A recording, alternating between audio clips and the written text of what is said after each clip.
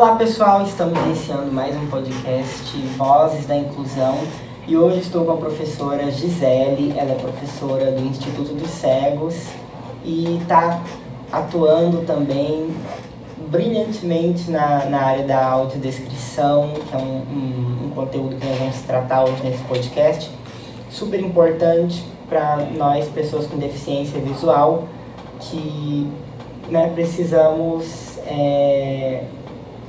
estar ouvindo e prestando atenção, por exemplo, em filmes, em shows, em teatros, e precisamos muito desse conteúdo, desse recurso de acessibilidade que é a audiodescrição.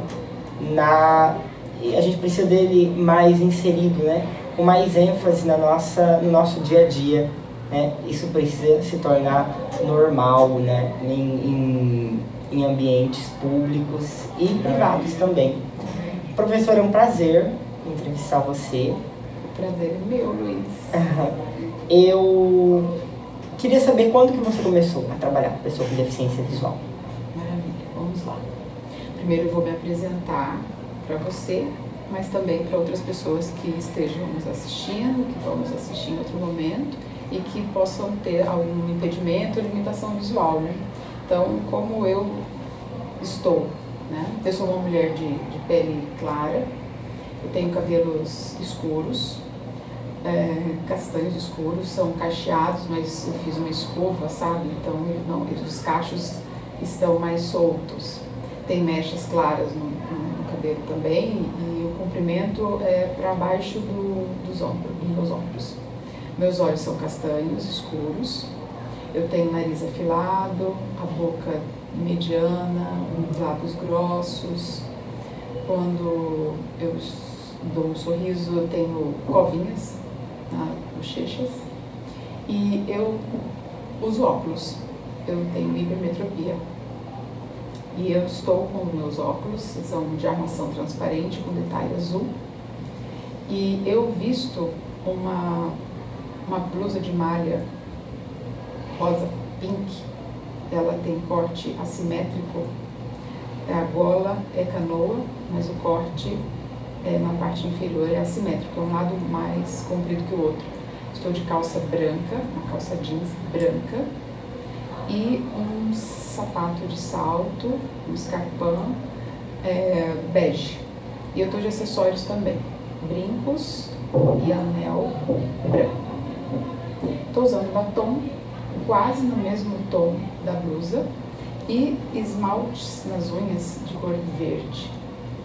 Então, eu me apresentei, eu fiz audiodescrição nesse momento, já, digamos que dando a deixa, do que é esse recurso de acessibilidade para as pessoas, não apenas para as pessoas com deficiência visual, porque já existem pesquisas que demonstram a importância do recurso para outros grupos sociais, como, por exemplo, pessoas com dislexia, com deficiência intelectual, idosas. E eu costumo dizer que eu, como vidente, eu enxergo melhor a partir da audiodescrição. Quando eu preciso prestar atenção para fazer audiodescrição para uma pessoa, para um trabalho, você enriquece o seu repertório, sabe? E eu costumo dizer, eu acho que eu não estou errada, eu acho que eu enxergo muito melhor a partir desse recurso. Algumas coisas que meus olhos deixavam desapercebidos, assim, detalhes importantes que a gente literalmente não notava. E a partir da audiodescrição eu falo, poxa, olha que importante. Eu não tinha percebido isso. Mas a gente vai conversar um pouco mais especificamente. Você perguntou quando você começou? Que começou, Na verdade, assim, eu sou bióloga de formação e ao longo da minha formação eu fiz mestrado e fiz um doutorado.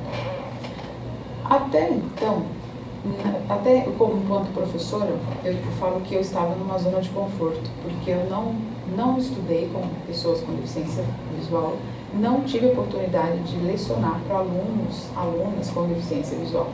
E quando eu chego no doutorado, eu tive uma experiência de trabalho na Secretaria de Estado de Educação, com colegas com deficiência visual. Mas até então nós não éramos muito próximos, eu não sabia exatamente como era o desenvolvimento da rotina de trabalho deles, mas tinha uma admiração muito grande pela competência, né, em que eles faziam esse trabalho.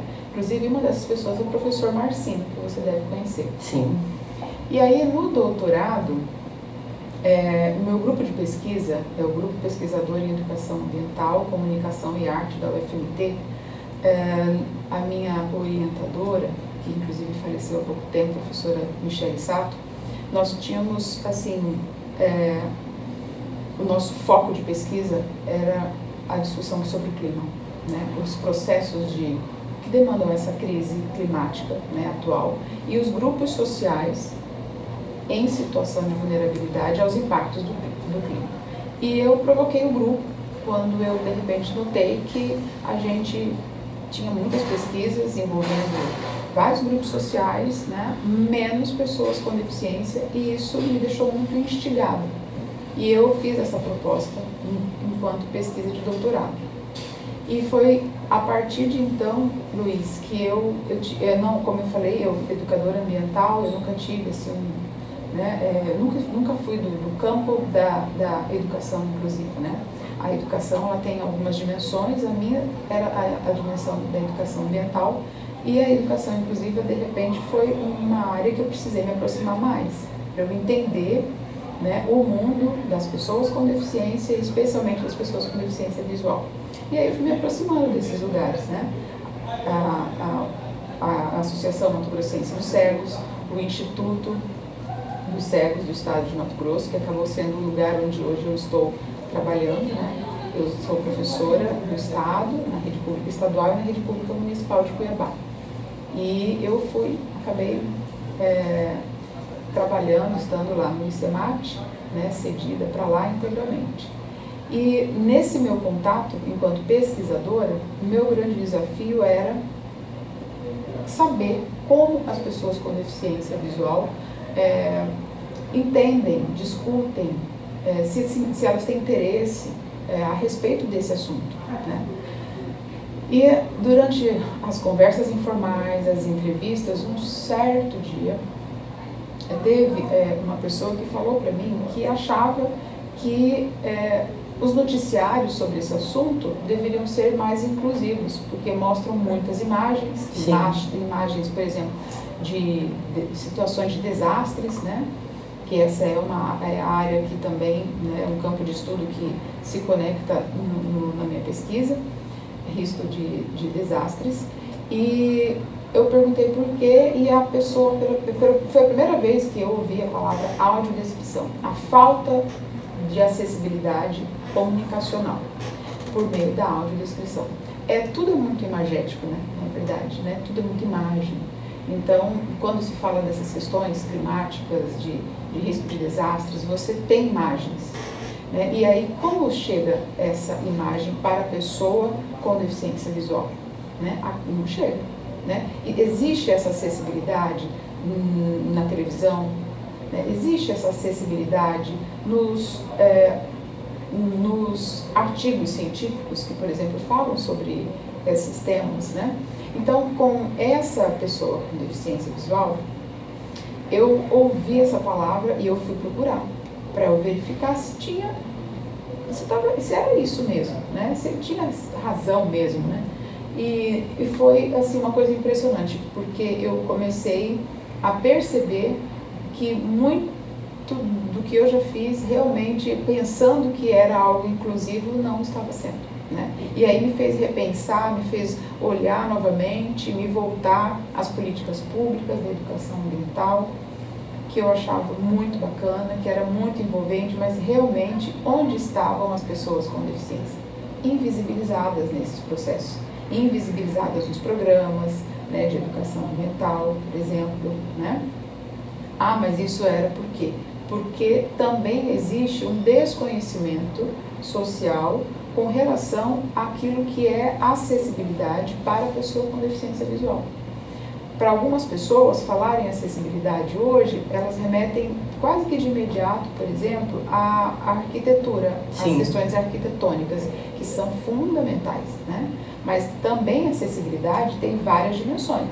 A dimensão arquitetônica, tem a dimensão digital, né? Que envolve todo o campo de tecnologias, né?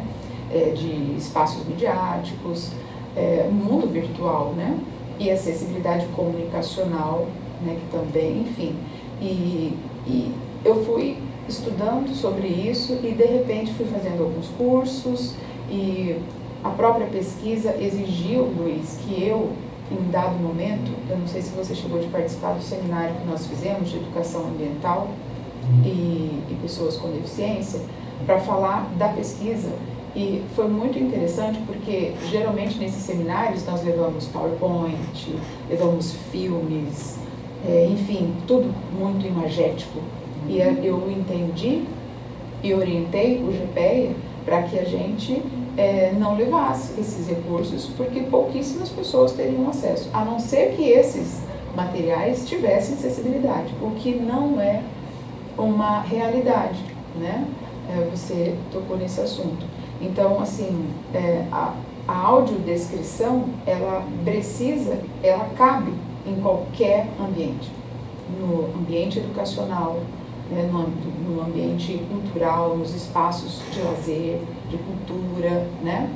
E só que, infelizmente, de turismo também, né? Infelizmente, nós ainda temos uma boa caminhada pela frente, né? Fazer com que esse momento, por exemplo, aqui é super importante, que as pessoas ouçam, algumas talvez podem ouvir pela primeira vez esse nome, assim como foi para mim, né? E de repente procurar um pouquinho mais, né? A gente precisa do interesse, né, dessas pessoas, né, nessa área. A gente precisa de mais colaboradores, né? Isso. Eu sempre digo que ninguém precisa, porque eu faço muitos cursos, né? Eu dou muitos cursos e as pessoas entendem ali naquele momento o que é realmente a audiodescrição. E elas percebem que não é apenas descrever. Isso, inclusive, são coisas distintas, né? Às vezes as pessoas têm entendimento de que basta enxergar para fazer a audiodescrição acontecer. E não é bem assim. Né? Eu costumo dizer que ninguém precisa ser um profissional da audiodescrição, né? Mas saber que existe esse recurso e conhecer minimamente algumas das técnicas é muito válido, especialmente para nós que somos profissionais da educação, né? Nós nos deparamos a todo momento com livros que não têm acessibilidade para a pessoa com deficiência visual. E aí o que a gente vai fazer? Mapas, gráficos, como que a gente vai fazer? A audiodescrição, ela ajuda muito. Ela sozinha não é também tudo, né? Mas ela é um recurso que agrega muito. Ela é muito importante, né? Com certeza, a gente teve experiências ali no Instituto dos Cegos e também o Instituto Ciranda, né?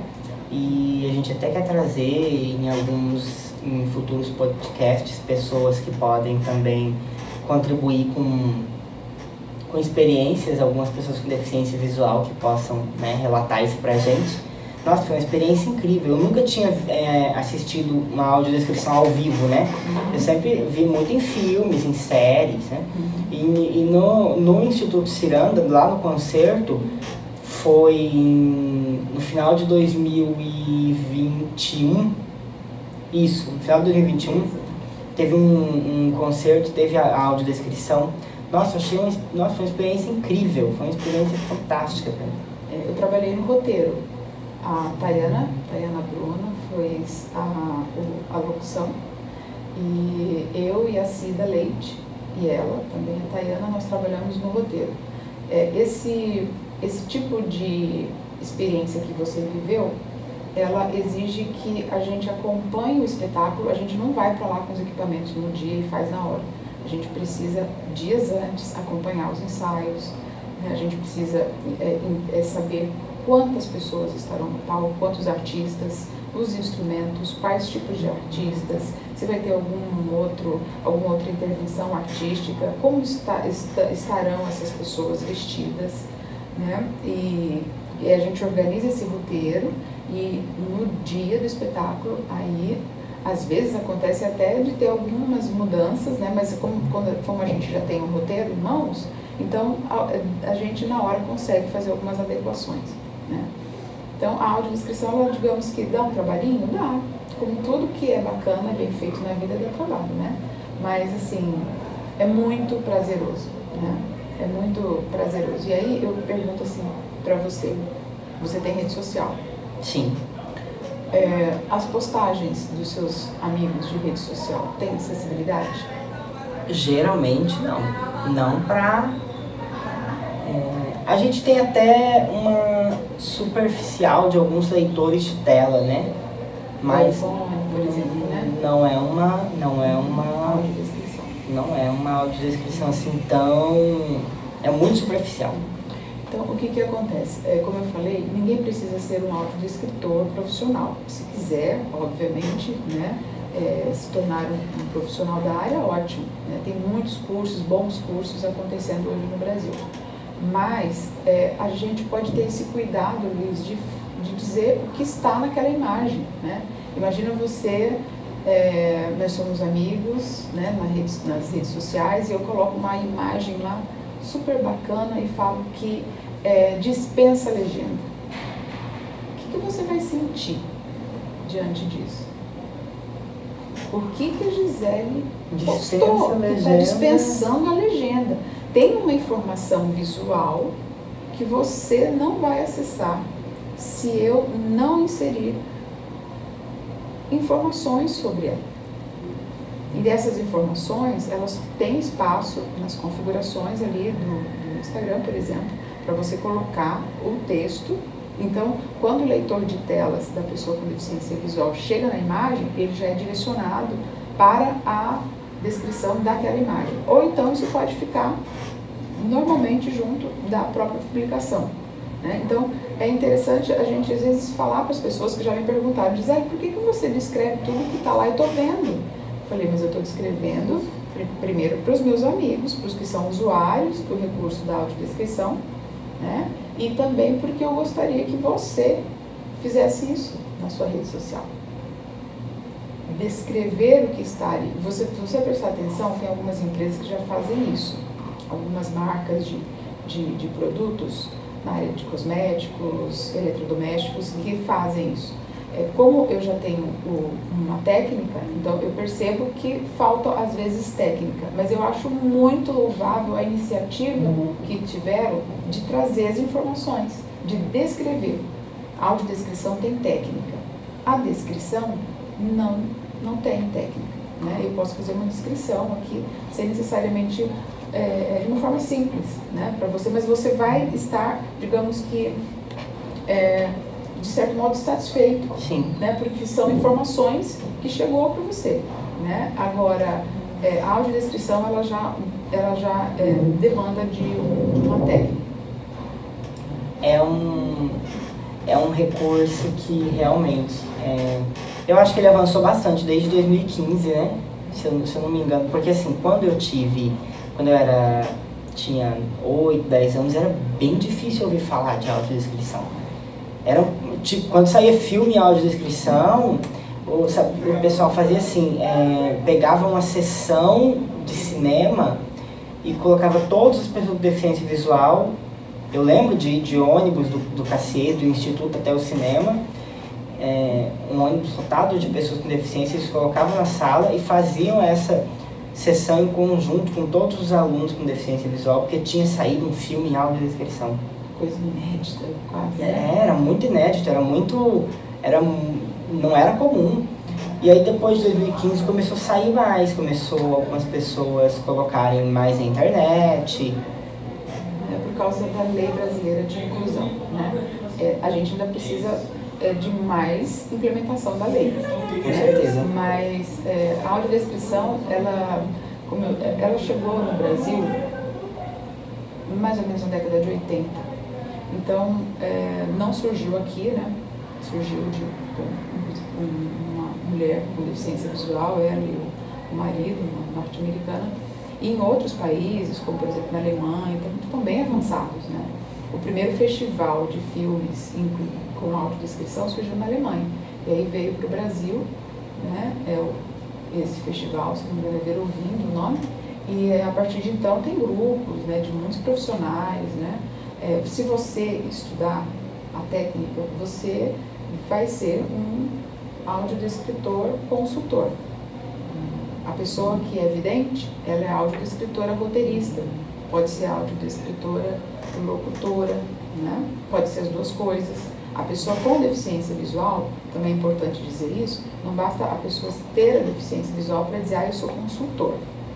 Você precisa conhecer a técnica, né? Então, existem técnicas para fazer a descrição de imagens estáticas, por exemplo, para fazer a audiodescrição numa rede social, que é diferente, digamos que ela é mais objetiva, né? Imagina numa rede social você colocar um textão enorme, então assim, até chegar na notícia, na informação, ou até mesmo quando finalizar a audiodescrição, você já não lembra das características iniciais, né? Então, tudo é muito rápido ali, né?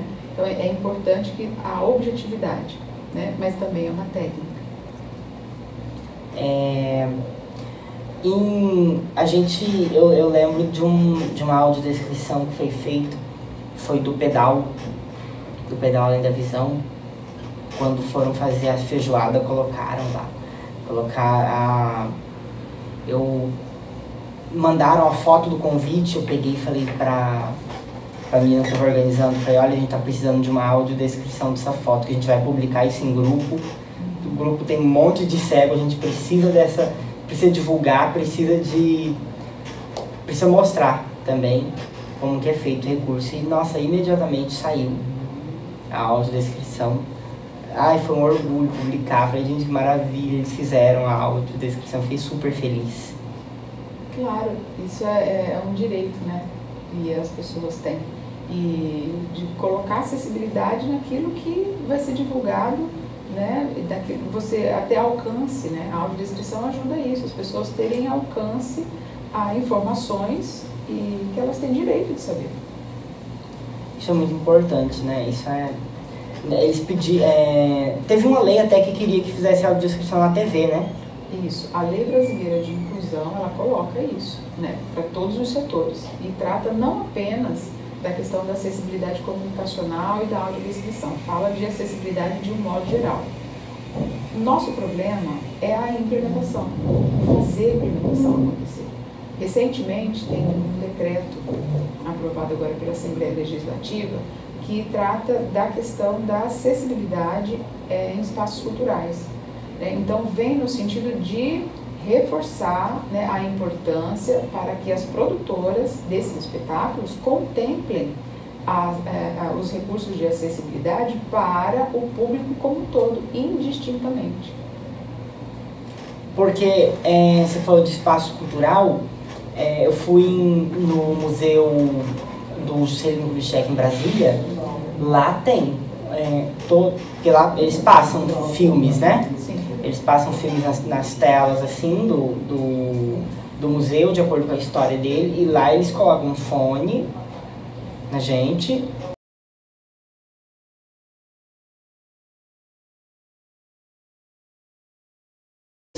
As informações em braille também, é tudo muito acessível. Aqui em Cuiabá, você conhece o Museu de Arte Sacra? Eu nunca fui, eu já ouvi falar.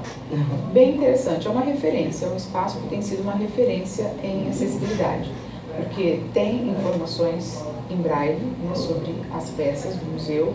Também existem miniaturas em 3D das obras, né, o que digamos que eles estão num processo, né, eu estive lá com o ICEMAT, com alguns alunos, a gente conversou a respeito disso, de trazer isso virtualmente, né? Existe até um trabalho, sim, deles que traz isso, você faz um tour virtual pelo museu, né? Mas sempre falta algum tipo de ajuste. E tem museus também, assim, fora do país, né? A Espanha, uma das regiões que tem uma referência interessante nesse sentido, que você faz passeios em parques, em alguns outros espaços, existe um equipamento também que você utiliza com as informações, você é guiado ali pelas informações, né, sobre aquele lugar. Isso você vê que tem um espaço enorme para atuação, né, de profissionais, né, em acessibilidade, mas assim, a gente precisa, hoje, a gente conta com a boa vontade, com a sensibilidade de algumas pessoas, né, que têm, digamos, um certo poder, condição de fazer a coisa acontecer, mas a gente precisa que isso realmente não seja um ato de caridade. Né? Existe uma lei, então ela precisa ser implementada. Né? E para ser implementado também, por exemplo, em órgãos públicos, é preciso investimento. Né?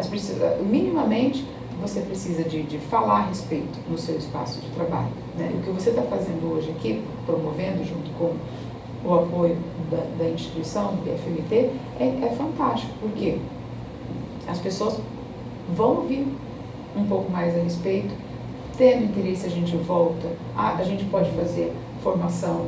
Né? Eu tenho um grupo de estudos, né, que começou com alguns alunos do ICEMAT, onde a gente semanalmente se encontra para falar de audiodescrição, né, para falar de técnicas. Eu convido consultores, eu gosto muito de trazer amigos que são consultores de outros estados. A gente tem uma carência enorme aqui em Mato Grosso de profissionais que possam atuar tanto como roteirista, né, como consultores. E é importante a gente falar sobre essa possibilidade, porque é uma possibilidade profissional, é um espaço de trabalho e tem muita coisa para ser feita. Você trabalha aqui com eventos, você estuda eventos, né? Sim. Por exemplo. Então, já pensou como pode ser um evento com acessibilidade? Falta muita acessibilidade, falta muita audiodescrição em eventos. Por exemplo, a gente pode puxar até pra gente, né? Falta muita acessibilidade em festa de 15 anos. Em casamento. Falta muita acessibilidade nas formaturas, nas imagens mesmo que vão ser exibidas em telão, né? É discreto também, né? Você pode ver que lá no Ciranda a audiodescrição foi feita através de um ponto, né? Exato. A gente colocou um fone ali, tava dando para ouvir certinho como é o espetáculo. Não é uma coisa que vai ser... porque o pessoal, às vezes, pelo que eu já ouvi falar, se preocupou muito com mas vai invadir muito espaço do evento. Como que eu vou colocar uma tela de descrição lá numa caixa de som para todo mundo ouvir? Não é por aí. Existe essa possibilidade também de fazer o ao vivo assim, alguns eventos. Você talvez, não sei se você estava em alguns eventos da Secretaria de Superintendência da Pessoa com Deficiência, né?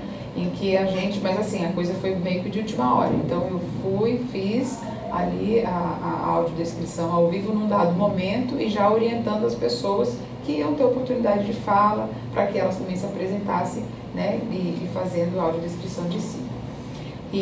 Mas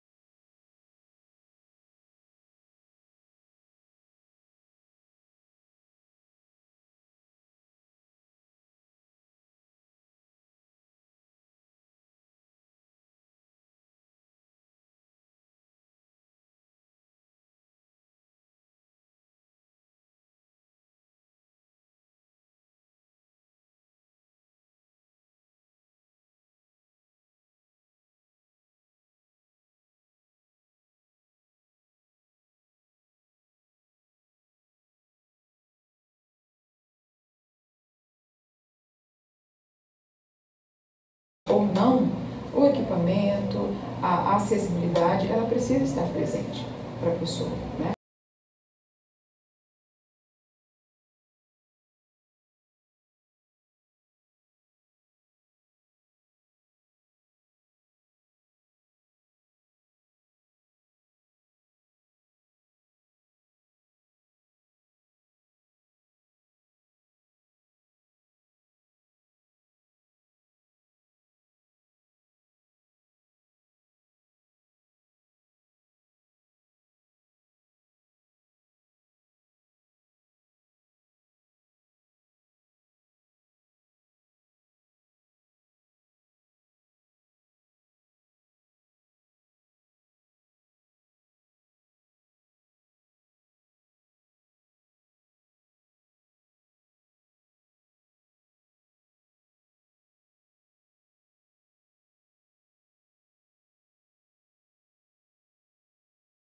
Uma série de barreiras, né? Isso desestimula. Com certeza. Não é? Pra que eu vou lá se eu não vou nem